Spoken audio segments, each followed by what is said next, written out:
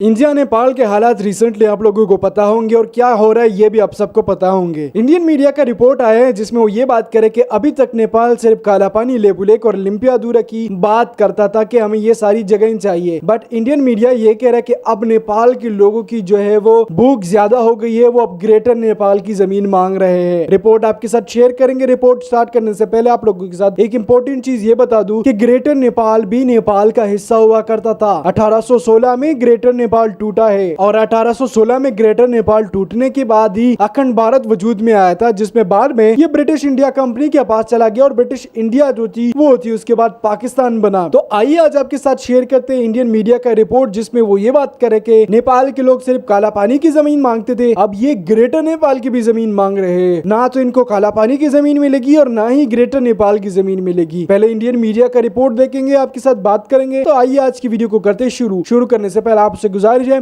Video को like करें, share करें और वीडियो के डिस्क्रिप्शन में और चैनल के ऊपर मेरे व्लॉग चैनल का लिंक है, तो आप उसको भी सब्सक्राइब कर सकते हैं। आइए आज की वीडियो को करते शुरू। भारत के पड़ोसी देशों में जिनके साथ अच्छे रिश्ते माने जाते हैं उनमें एक नाम नेपाल का भी माना जाता है। भारत और नेपाल की सरहद खुली हुई है, संस्कृति एक जैसी है। आप अगर पहले नेपाल गए हैं तो वहां आपको यह महसूस ही नहीं हुआ होगा कि आप भारत में हैं या नेपाल में, लेकिन अब हालात ऐसे हो गए हैं कि नेपाल में आपको भारत विरोधी आवाजें साफ साफ सुनने को मिल जाएंगी। लेकिन ऐसा क्यों हुआ और कब से हुआ, इस पर भी चर्चा करेंगे। लेकिन इस वक्त तो चर्चा नेपाल के नए नक्शे की, यानी भारत और नेपाल सीमा विवाद की।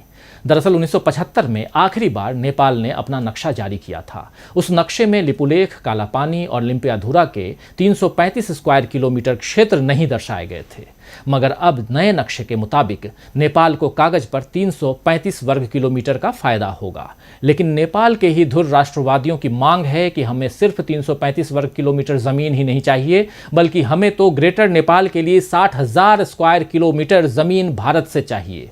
आपको बता दें कि वर्तमान स्थिति में नेपाल कुल 1,47,516 वर्ग किलोमीटर में फैला हुआ है और भारत और नेपाल 1800 किलोमीटर का लंबा बॉर्डर शेयर करते हैं। खैर, आइए चलते हैं उत्तराखंड की नेपाल सीमा के पास, जहां है काला पानी बॉर्डर। इसी बॉर्डर पर बनी सड़क का वीडियो कॉन्फ्रेंसिंग के जरिए पिछले महीने 8 मई को जब रक्षा मंत्री राजनाथ सिंह ने उद्घाटन किया था, तो शायद उन्होंने ये सोचा भी नहीं होगा कि ये सड़क बहुत बड़े विवाद का हिस्सा बन जाएगी।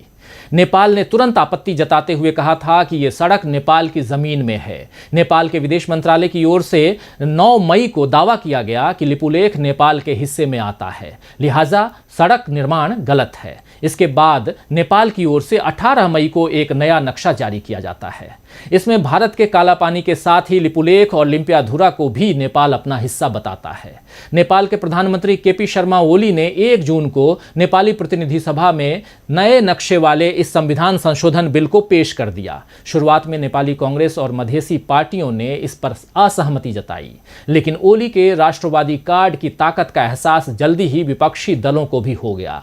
इसके बाद सबसे पहले नेपाली कांग्रेस ने यू टर्न लिया और जब ओली की तरफ से इस मुद्दे पर भारत से बातचीत करने के संकेत दिए गए तो नेपाली कांग्रेस ने सरकार पर आरोप लगाया कि ओली इस संविधान संशोधन को लटकाना चाहते हैं, इस बिल को लटकाना चाहते हैं। विपक्ष का कहना था कि जब हम सरकार के साथ हैं तो फिर सरकार इस विधेयक को लटकाना क्यों चाहती है। जाहिर है कि ओली अपने ही खेल में फंसना नहीं चाहते थे, इसलिए नक्शे के मसले पर ओली ने भारत से कोई बातचीत करना मुनासिब नहीं समझा। लेकिन सवाल उठता है कि क्या नेपाल ने गुस्से में आकर नक्शा बदलने का फैसला लिया है या इसकी कोई ऐतिहासिक पृष्ठभूमि भी है। दरअसल इसके लिए हमें साल 1816 में जाना होगा, जब ब्रिटिश हुकूमत के हाथों नेपाल के राजा कई इलाके हार गए थे और फिर 1816 में नेपाल और ब्रिटिश हुकूमत के बीच सुगौली की संधि हुई, जिसमें नेपाल के हाथों से सिक्किम, नैनीताल, दार्जिलिंग, लिपुलेख, काला पानी निकल गए और ये भारत का हिस्सा बन गए। तराई का भी कुछ इलाका उस समय नेपाल के नियंत्रण में था, जिसे उसे भारत को देना पड़ा था। सुगौली की संधि में मेची नदी के पूर्व और महाकाली नदी के पश्चिम का भाग नेपाल को लौटा दिया गया था, जिस वजह से मिथिला का एक बड़ा हिस्सा नेपाल में चला गया था, जिसमें जनकपुर और भगवान बुद्ध का जन्म स्थान लुम्बिनी भी आता है। लेकिन दूसरी तरफ जब नेपाल के राजा ने 1857 के स्वतंत्रता संग्राम में अंग्रेजों का साथ दिया, तब अंग्रेजों ने उन्हें इसका इनाम जो है वो दिया और पूरा तराई का इलाका नेपाल को दे दिया। तराई के इसी इलाके में भारतीय मूल के लोग रहते थे, जिसे मधेसी कहा जाता है। दोनों देशों के बीच जारी इस विवाद में एक दिक्कत यह भी है कि नेपाल कह रहा है कि सुगौली की संधि के दस्तावेज गायब हो गए हैं। नेपाल का कहना है कि जमीन पर जो गलती हुई है उसे अब सुधारने का वक्त आ गया है, इसीलिए उसने अपना नया नक्शा तैयार कर लिया है। इसमें लिम्पियाधुरा, लिपुलेख और कालापानी के अलावा गुंजी, नाभी और कुटी गांवों को भी नेपाल ने अपने नक्शे में शामिल कर लिया है। नेपाल भले ही इस जमीन पर अपना दावा कर रहा हो और इसके लिए संविधान में संशोधन को भी तैयार है, लेकिन भारत इस जमीन से अपना दावा छोड़ेगा ये बात शायद नेपाल भी मानने को तैयार नहीं है। वैसे आखिर लिपुलेख से कैलाश मानसरोवर तक की रोड भारत के लिए जरूरी क्यों है? दरअसल कैलाश मानसरोवर जाने के लिए हमारे पास 3 रास्ते हैं। पहला रास्ता सिक्किम का नाथुला दर्रा है, दूसरा रास्ता नेपाल का काठमांडू है और तीसरा रास्ता है उत्तराखंड। सिक्किम के नाथुला दर्रे से कैलाश मानसरोवर तक की यात्रा करीब 900 किलोमीटर की है, लेकिन अगर नेपाल की राजधानी काठमांडू से यात्रा शुरू की जाए तो मानसरोवर तक की दूरी 540 किलोमीटर के करीब रह जाती है। और अगर उत्तराखंड के लिपुलेख से मानसरोवर की यात्रा की जाए तो ये दूरी 90 किलोमीटर की रह जाती है। खैर, इस विवाद को नेपाल के प्रधानमंत्री ओली के बयानों ने कुछ ज़्यादा ही बढ़ा दिया है। आपको हाल ही में उनके द्वारा दिए गए 2 बयान याद होंगे। पहला ये कि भारत का कोरोना वायरस चीन और इटली से भी ज़्यादा खतरनाक है, और दूसरा ये कि भारत सिर्फ सत्यमेव जयते की बात करता है लेकिन उसका पालन नहीं करता। लेकिन सवाल उठता है कि नेपाली पीएम भारत पर इतने आक्रामक क्यों हैं? इसकी सबसे बड़ी वजह जो है वो ओली की कुर्सी है।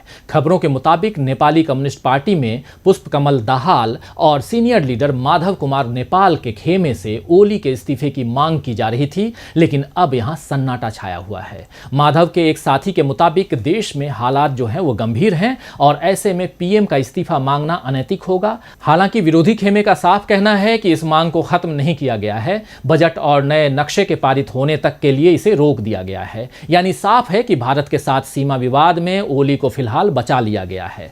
ऐसा नहीं है कि नेपाल अब भारत से बातचीत करना ही नहीं चाहता।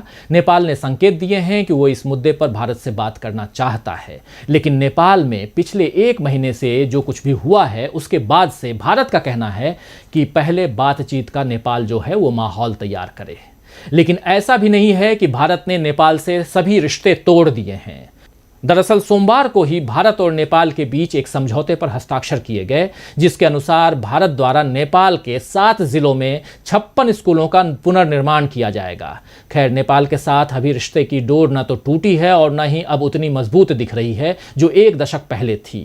लेकिन सीमा विवाद या कहें तो नक्शा विवाद। तो आप लोगों ने वीडियो देख ली होगी। सबसे पहले बड़ी बात मैं आप लोगों के साथ ये करूं कि इंडिया नेपाल के जो ताल्लुकात है वो अभी से खराब नहीं है। इसको एक अरसा हो चुका है जिसमें इंडिया के लोग कभी चाहते कि ताल्लुकात ठीक हो, कभी वो चाहते कि ठीक नहीं हो। बट नेपाल की तरफ से अगर हम देखें तो हमेशा हालात को बेहतर करने की बात की गई है। नेपाल में एक ही बंदा था जो इंडिया के साथ बात तभी करना चाहता था जब वो चाहता था कि भाई कालापानी, लिपुलेख और लिम्पियाधुरा की बात की जाए और इस मसले को सॉल्व किया जाए, और उस बंदे का नाम है केपी शर्मा ओली। देखिए, ये हालात अगर हम इंडिया नेपाल के देखें तो अभी से नहीं है। 2019 से हम इस चैनल के ऊपर रिएक्शन देते हैं और आपके साथ शेयर करते हैं कि इंडिया नेपाल हालात कितने खराब है। देखिए, 2019 में एक दफा हालात खराब हुए, उसके बाद 2020 में, 2021, 2022 और 2023 और 2024 लगातार 5 साल से ये प्रॉब्लम जारी है, सॉल्व नहीं हुई। जिसमें 6 महीने हालात ठीक होते हैं, 3 महीने खराब होते हैं और फिर प्रॉब्लम न कहीं आ जाती है। रिसेंटली भी हमने ये देखा कि जब बॉर्डर पे थोड़ा क्लैश हुआ तो इंडिया नेपाल के लोग काफी गुस्सा होने लगे, और अभी इंडियन मीडिया कह रहा है कि नेपाल को एक रत्ती बराबर जगह भी नहीं मिलेगी। अगर उनकी मांग ये है कि ये लोग ग्रेटर नेपाल की जमीन मांगे हमसे, क्या ग्रेटर नेपाल तो क्या कालापानी की 1 इंच जमीन भी ये लोग हमसे नहीं ले सकते, ये इंडिया का कहना है। और इंडिया इस बात पे अड़ा हुआ है। इंडिया कह रहा है कि भाई हम कभी भी नहीं देंगे, कभी भी नहीं देंगे। लास्ट वीडियो में मैंने आपको बताया था कि चंद साल बाद इंडिया खुद आपको ये जमीन देगा। क्यों देगा वो आप लास्ट 2-4 वीडियोस देखे तब आपको पता चलेगा। बॉर्डर पे जब हालात खराब होते हैं तो पॉलिटिकली सतह पे भी खराब होते हैं, आवाम के बीच में भी इंडिया नेपाल के हालात खराब होते हैं। वो क्यों? क्योंकि जब मीडिया के ऊपर एक बात आती है तो सब लोगों को पता चलती है, सब लोग उसके बारे में बात करते हैं, सब पसंद करते हैं कि भाई बॉर्डर के बारे में बात हो, नेपाल आर्मी के बारे में बात हो, इंडिया नेपाल के बारे में बात हो। क्यों हो? आप सबको पता है कि ताल्लुकात बेहतर चाहते हैं लोग, खराब नहीं चाहते। लोग चाहते हैं कि बॉर्डर पे हालात ठीक हो, बट जब बॉर्डर पे हालात खराब होते हैं तो फिर लोग भी उस बारे में बात करते हैं। वेल, मैं चाहूंगा कि इंडिया नेपाल के बीच में जितने भी दरारें हैं वो खत्म हो, नेपाल इंडिया के ताल्लुकात को बेहतरी की तरफ लेके जाया जाए, टेबल टॉक होनी चाहिए दोनों के बीच में, और अगर प्रॉब्लम ज्यादा बढ़ती है तो बॉर्डर के ऊपर फेंसिंग लगा के पासपोर्ट वीजा के सिस्टम लागू कर देना चाहिए। इससे प्रॉब्लम